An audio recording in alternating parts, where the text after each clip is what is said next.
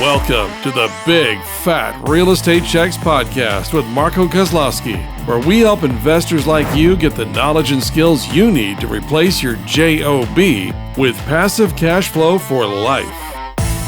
Hey everyone, welcome to yet another episode of Big Fat Real Estate Checks. I'm joined today with Gabriel Arish and Checklist Are My Bitch Galuccio, where we're going to be having a lot of fun today talking about... I'm getting a t-shirt on that one. I love it. I'm getting on the back. Oh I'm getting a t-shirt. Gosh. I'm trademarking it. That's I'm trademarking it now, funny. getting the domain and the Facebook handle. Too late.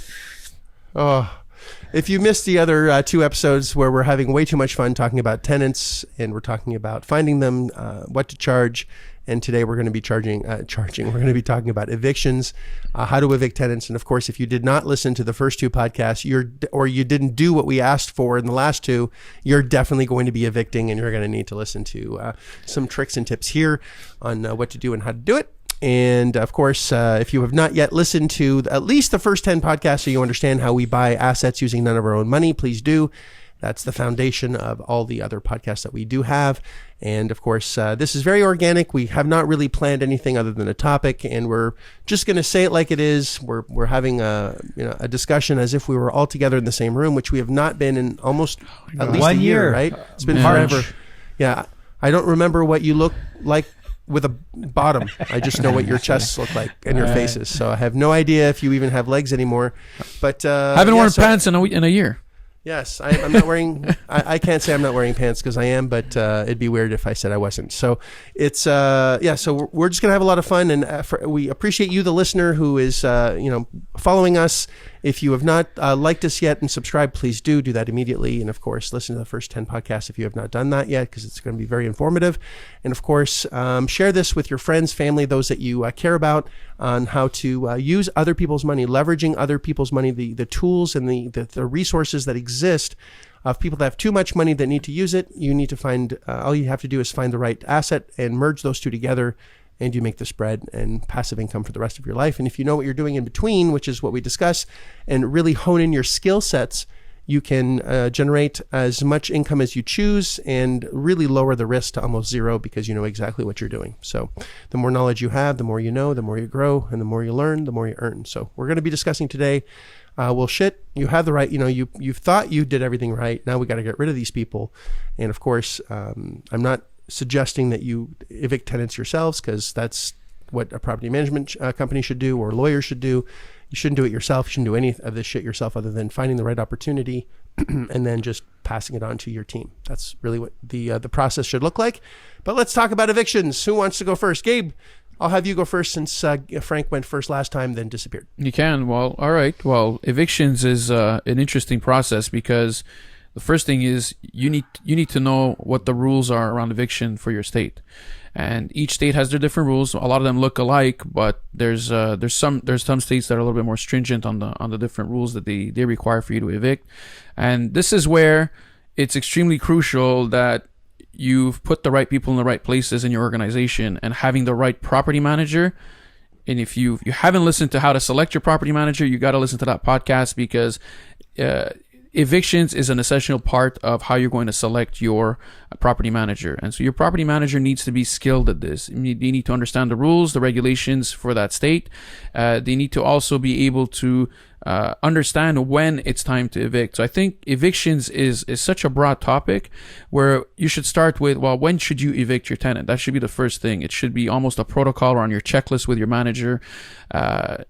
Do you evict a tenant once they stop paying you 3, 4, 5 months in, or do you evict a tenant as soon as they've missed one payment? Those are all things that you need to figure out beforehand. So typically, you're as soon as someone is late, maybe three days late, you're gonna have to send them a notice and make sure that they pay you as soon as possible. And if they don't pay you within, say, 5-10 days, and again, the tolerance level of not being paid is something that's up to you and based on your experience, but it needs to be as minimal as possible. It should be a zero tolerance, right. Because if you are complacent too much, tenants are boundary pushers, right? So I'm a day late, then 2 days late, then 3 days late. Next thing you know, they're 3 months late, and everything's okay. But if you have a 3-day, 5-day notice process, then stick to it and make that yeah. a tolerance 0 on that. Zero tolerance on yeah, that. That's right. We can't, I know you're having a hard time. I get it. We can't cash excuses. And I understand, we'll do what we can to help you, but I still processes that as much as I would love to help you out, owners are an asshole. I have to follow process. I'll do whatever I can to help you and put in a good word for you, but we have to, we have to stick to this, or, the monkeys are going to run the zoo, which is exactly what's going to happen. That's right, and this will happen a lot if you let things go. So, so then your property manager is going to take care of this, but then the eviction process can be as simple as asking someone to leave. I mean, believe it or not, people will leave. they won't wait for a court ruling to ask them to leave. So that's one of the processes. But really, your property manager should be taking care of this, and you should just make sure that the property manager is enforcing the rules and regulations that you've put into place for your property. I think that's the biggest risk, where the property manager becomes complacent themselves because they're very close to the individuals. They become friends sometimes with some of the tenants, and that's where you have to be careful. That's we got to be on top of things. Yeah, when we practice exactly that. So it's that 3 days late. That's where they get the 3-day notice. So, and that's the policy, and the management is told to blame the owners. So that onus, so that, because some of our managers live on premises and they have relationships with some of the tenants. I can't stop that, obviously. So there's 2 ways that there's the judicial way, and then there's the street way to get rid of people. Mm-hmm. And I'll tell you, it's not as bad as you think. It's not as bad as you think. Whoa. So the judicial way is a 3-day notice. So you do the 3-day notice on the 3rd day, and then you do the 5-day notice depending on your state. And then you start the ball rolling that way. The other other way, not the judicial way, is the street way. The street way. I'll tell you the nice street way. The other street way is you just go to the tenant and say, listen, it's cash for keys. Marco, you taught us this. It's cash for keys. Yes, you go, listen, you know what? You're behind on rent. The ownership doesn't have tolerance for this. It's not fair to you put it's not fair to Gabe. It's not fair to Marco on the park that are paying on time and you're not. Listen, they're going to start the proceedings, and if they do, they won't stop. And if they don't stop and you do get evicted, you're going to get it on your record. And once it's on your record, it sticks there for 7 years, which they're going to have difficulties. And you can explain, you're going to have difficulties renting another place. And we don't want to do that. So we'll give you some time to pack up and go. We'll give you some cash or whatever. Just leave voluntarily. This way, we're not spending the money for the eviction, and you're not going to have a bad record. This way, it's a nice on both sides. That's the street, guys. What do you got? Get your mind out of the gutter. I didn't mean the street way. No, that's basically a Frank After Dark way. Yeah, that's that's the PG street way. Yeah, yes, which I recommend. It's, hey, once we start, we can't stop it, and even if you try to fix it, we can't, because once it's a one fee that we have to pay that gets you out. That's going to go after not only you getting evicted, but your stuff, because you're personally guaranteed here. We have your ID. We've done everything where we can even garnish their wages if we want to. Exactly. Because, again, we're going after. We're looking for people that are employed, so they have something to lose. So we can really go after someone if we choose to, and so we position it where you can leave nicely now, and we'll just call it a day. No harm, no foul. Leave the place clean. If you don't, we're not going to be able to stop it. So here's what you have to do in order to get this cash so you can move on with your life. And I know you're on hard times. We'll actually pay you to get out. Or once we start, we just can't stop it. And once the machine starts, it's hungry, and it's not going to stop until it gets fed. It's a shark. And these guys have a lot of cash behind them, and they're going to have fun going after you, because they this is the part of the business they like the most. So I and even if I'm the owner, I position it like I'm not. Oh yeah. Right? When I was doing this, so and I make it so scary, and so like these are like vicious people that just really they just can't wait to go after you personally, because that's what they're hoping every single day, that you don't pay so they can go after you. I don't know why they're like this, but they're just, I don't know, maybe their third wife just happened this way. I have no idea. It just something triggered, and now they're just angry at everything in the world. So just do me a favor and yourself a favor. Take some cash, get out of here, and I'll take care of it. And you're the hero. Yeah. And I know Yeah. sometimes with the situation that we're having here with COVID, I know it could be challenging to evict people in certain states. They have the monatorium. There is actually a way around this with the monatorium that I found out with one of my lawyers, is which is kind of a blessing in disguise. It was tenants that are on month to month. So tenants that are on month to month that are not paying, you can actually still evict them, not for the arrears, not for the rents that they didn't pay. You can actually evict them to terminate the month-to-month agreement, and that's non-renewal. And that's not part of the monatorium. So you can actually get rid of them. Again, not going after the money. So the money's lost, but that's okay. You lose that 1 month, but you get that unit back. So you can actually evict on to terminate the month-to-month tenancy. So that is a loophole in the monatorium, to get out of the situation until they open things up again. But just another food for thought there. Well, and if you're currently on a yearly renewal lease, then once the year is up, then just change it to a month to month so that you have the option. Now, month to month gives you options. Now, obviously, it gives them options as well. Where if you become on a month to month, basically you have 30 days to tell them that they got to leave, and they have 30 days to tell you that they have to leave. So it goes both ways. So that's a risk for you. But if you understand how to find good tenants, and either way, they won't leave if they've been there for a year. Changing their lease to month won't make them want to leave.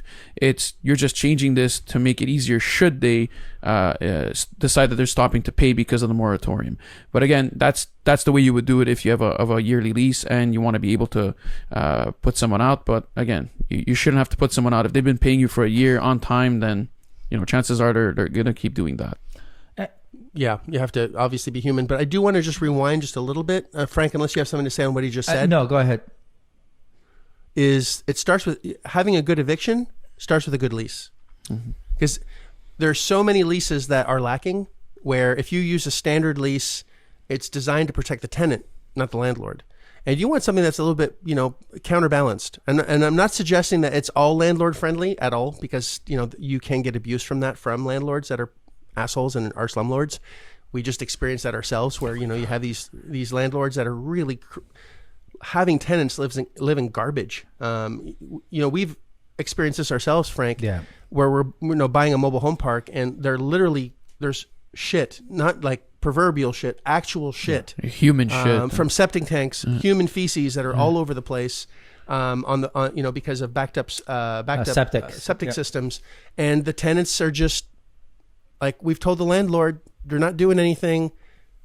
And the city doesn't care. The county didn't, it was disgusting. And it's like, we're not even buying this at all unless the landlord just didn't give a shit, literally. And it was disgusting. It's sad. That's what it is. We've seen this so many times. It's so sad to see, families or kids that are playing with this stuff. And it's like, how because they have that mentality. Well, they're not complaining. They're still paying. But you know what? Some of these people don't have a choice.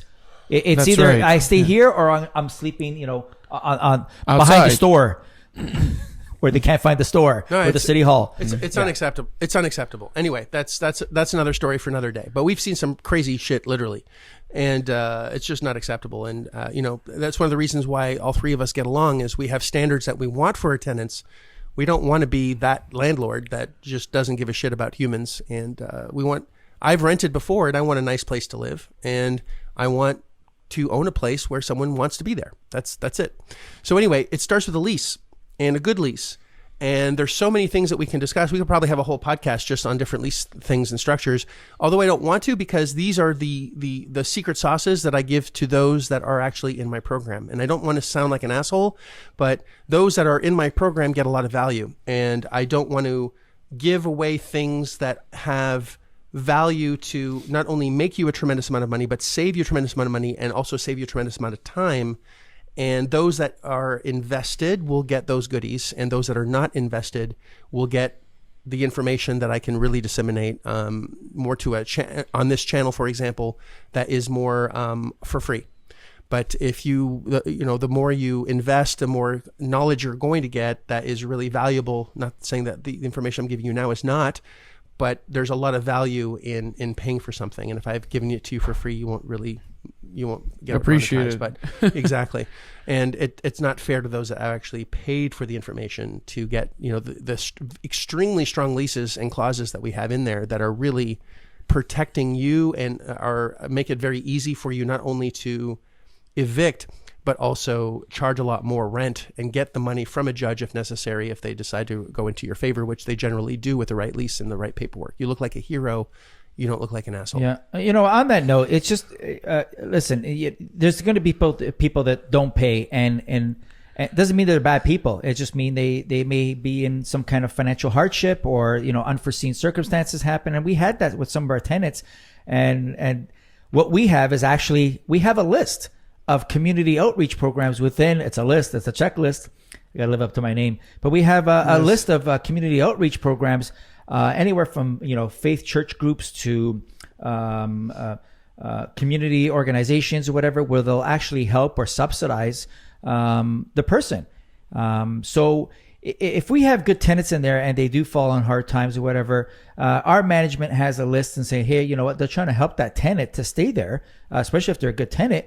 And they'll say, try going to this faith group, or how about these guys? We'll connect you with these guys. Go there and see what they can supply with you. And sometimes they're able to help and subsidize maybe half, which is, gives a good boost to the tenant. Says, you know what, they're covering half of my fees. One of them covered all their utilities. So they're saving money there so they can actually pay your rent, so they have a fighting chance. So it doesn't mean that you have to evict all your tenants. If they're good and you want to keep them there, trying to help them. And we just have, do a little bit of homework up front, see who's in the community that can help in circumstances like that. So again, to recap here, there's the eviction process seems to have a lot of commonalities where it starts with how you do things at the onset. So you have to have the right lease agreement, you have to find the right tenants, you have to have the right property management that understands how to put your plan into effect and into action, and then that understand, or property manager that understands how to do the eviction process. But at the end of the day, the perfect eviction is no eviction at all, and that's what you need to get from this. And if it sounds like impossible, how am I going to do find this? How am I going to do all this stuff? Well, educate yourself, get someone to help you so they can show you if you're doing things right or wrong, which is mentorship, and look at, for example, hockey or the NBA or football. There's a process to finding the best players that get drafted to the right teams. And, different teams win different Super Bowls at different times, or, the Stanley Cup, or, whatever the top prize is. There's a process to get people to get the best possible people. And it's the same thing with tenants. And there's a lot of tenants. There's a huge tenant pool. And having a very simple cherry picking process is a lot easier than finding a star NBA player or a star hockey player. That's right. That's a lot easier than that. So you're dealing with a huge pool of humans that really do want to rent, that do want to be honorable. And if you treat people honorably, you're going to get that back. And the key, as you said, Gabriel, the best eviction is no eviction whatsoever. It's like the best lawsuit is one that never happened. Mm-hmm. So avoiding it is start screening correctly, having the right conversations with the tenant, making sure they understand what the rules and regulations are, and having, a clear understanding that if you don't pay, you don't stay, period. No, set expectations, basically, exactly, right? Exactly. Yeah. Frank, any last words? No, you know what? Tell us your thoughts, Frank. Let's finish this up. We have 30 more minutes. In the end, guys, listen, if you do your homework, have the right tenants, but help out your tenants too. This is going to happen there's no foolproof guarantee. You can't avoid this. It may happen from time to time, and most likely will happen from time to time. It's how you treat it, and it's how you treat it, how you help out the tenant, or the tenants that don't want to pay and taking advantage or whatever. Then they deserve to. I could talk about the other way to get rid of tenants, but that's the After Dark with Frank. You can subscribe to that, and that's after midnight. I don't recommend lascivious. I don't condone that. Mafioso. I don't condone that. It's not mafioso. It's just it's all for fun. It's all for fun. But no. Yes. And following process is not going to equate to you never having to evict anyone, right? Just understand that it's the process is to minimize that risk as much as possible. Yes. Exactly. And is going to be easier in certain states. Like Oklahoma is a lot faster than Florida, and Florida is a lot faster than New York or in Illinois, where every state has different laws that are either landlord friendly or tenant friendly.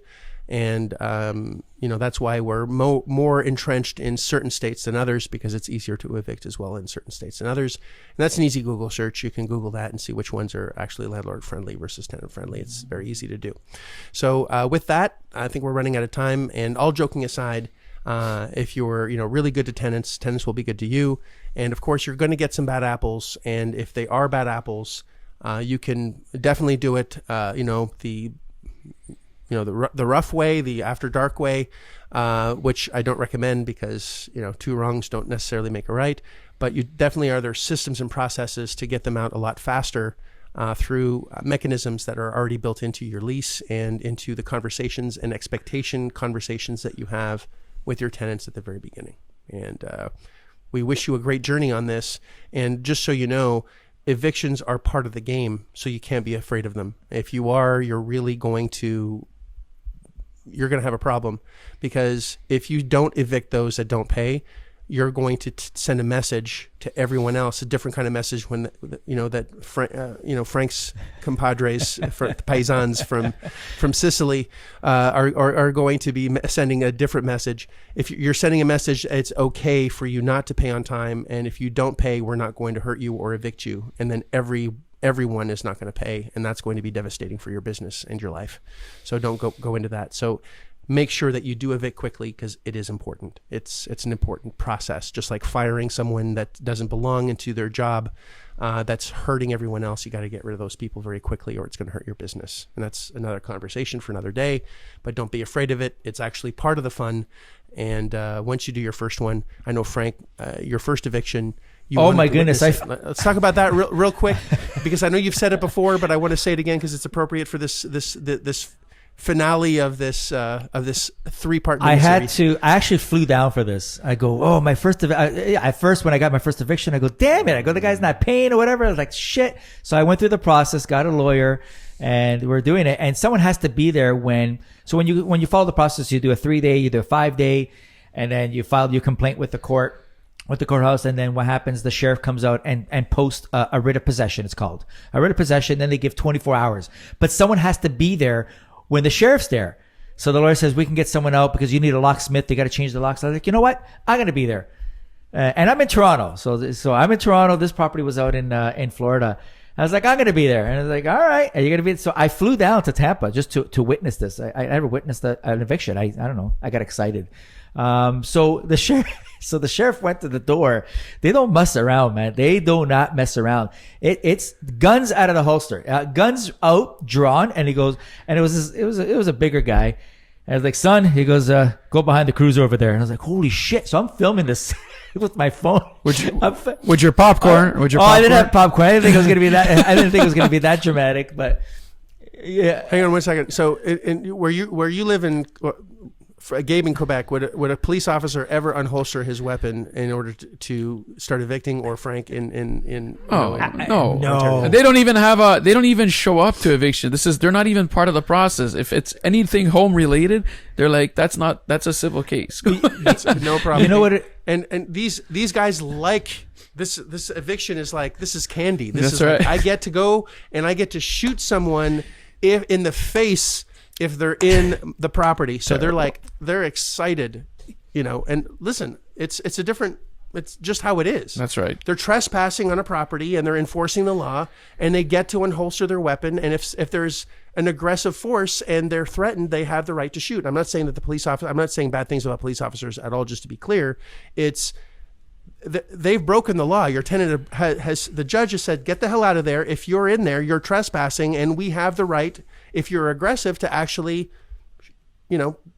protect the officer that's protecting the place. And I agree with that. And I'm not saying that, they should just shoot people for no reason, but it's just something that a police officer just generally enjoys doing, if that's what they enjoy doing, right? If I was a police officer, I think that was great, because you can't unholster your weapon in Canada and then without filling 16 pages of paperwork. You have to fill a lot of paperwork. At any point, the second you unholster your weapon at any point in Canada, it's 16 pages of paperwork. but not in this case. And so it's like I get to hold my gun, and it's Yes. if you've ever shot guns before, it's a lot I of never fun. shot a gun. Well, at least I won't admit. At least I won't admit this on this podcast. But no. So, anyways, he said, stand behind the vehicle because Suddenly got really weird. He said, stand behind the vehicle, and I was like, holy shit, this is like like the Cops show, right? If everyone watched Cops or whatever, like I go, this could What you gonna do when they this come this could for turn you? out really bad. So luckily he parked over there. So I was filming this shit, and he took out his gun. I was like, oh wow. And he walks up to the door. He's looking through the windows. And he knocks, he knocked and kicked the door. Not kicked it down, just kicked. And he says, Sheriff's Department. He goes, if anyone's in there, I'm coming in there in 15 seconds, gun drawn and shooting. That's exactly his words. And I go, are you fucking kidding me?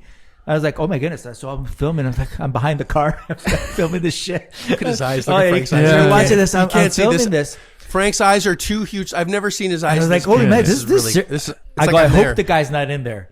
And then a little part of me is like, I wonder what happens if he's in there. What's going to go down? So most of the part is like, I hope the guy's not in there. I hope, because I know he's got a family, he's got kids, all kidding aside. So I go, I really hope the guy's not in there. And then that's it. He actually kicked the door. He goes, okay, I'm coming in, gun drawn. I will shoot. That's what he said. And he kicked the door to open it because he goes, you got a key, and I had the key. I gave him the key, but the key didn't work, so they changed the fucking locks, which they shouldn't be. It's in the lease agreement. They can't change the locks. But anyways, they changed the locks. Yeah, they don't follow the policy, but they changed the locks, so he had to kick the door. And when he did, he went in there, and it was quiet for a while. And I was like, what the hell's going on? I didn't hear no gunshots though. And then he came up. Good. Thankfully, he came out like Rambo, and he was like, all clear. I go, wait, hold on a second. So he was ready to leave. I was like, wait. Are you sure you checked all the closets and everything, right? Because I had to wait for the locksmith to come. Yeah. And he goes, no, it's all clear. I go, can I walk in with you? And he goes, yeah, with your gun? He goes, yeah. Not me holding his gun, but then he came in and I made sure it was actually cleared. The guy wasn't hiding anywhere. But thankfully, yes. But if someone were there, they technically are trespassing, and they gave the warning. Yep. So listen, the sheriff's got to protect themselves. And correct. They got to protect themselves. They don't know what to expect going into these things. I'm sure they have horror stories. So they're going in there with their finger on the trigger. And luckily it didn't go down to that, but it was still worth the trip. My adrenaline went. It was like drinking. It was fun. So do you wear a body? You've been wearing a body cam ever since? It was a rush, I gotta say. It was a little bit rush, but scary at the same time. What people go through, what these sheriffs go through and do evict, and it's not fun. That's a scary job. It's, they're not paid enough for sure. And, it's definitely your life's at stake every single day. So my hat's off to any police officer for sure. And it's a dangerous job. It is. And without police, we'd all be fucked. So we definitely appreciate them. So with that said, again, right lease, right management team, right series of actions, right behavior, right skill sets allows you to have the best tenants with the best properties, that you've picked up at the best prices using other people's money, leveraging the best possible management team with the best resources around you, so you can really have a really great life by having the best people around you taking care of the things that you need to. So hopefully this little 3-part mini-series on tenants, management, there's so much more we could say, and there's so much that's been unsaid. And I appreciate both of you, Frank, unholster my weapon, Galuccio, as well as Gabriel. I appreciate you both. And you, the listener, of course, if you have not subscribed yet, please do share this. And, of course, comment. If this is something you really are enjoying, please comment. Tell us how much you enjoy this if you can. And we would really, of course, appreciate your feedback. So thanks very much, gentlemen, and everyone else. Have a fantastic, fantastic week. A month and a year. Make it your little biatch. Take care, guys. Bye for now. If you like this episode of Big Fat Real Estate Checks, then show some love by leaving a comment and a good rating. Also, as a thank you for tuning in today, we've got a special free gift. The journey to passive cash flow for a life starts by finding deals, and it's easier than you think. Simply go to getdealsbytuesday.com, enter your email address, and we'll send you a free quick start course called Deals by Tuesday. Even if it's 11 p.m. Monday night, this course will show you how to find discounted real estate deals by Tuesday. It's that fast and simple. Go to getdealsbytuesday.com and start your journey toward life-changing cash flow today. Thanks for tuning in, and we'll see you on the next episode.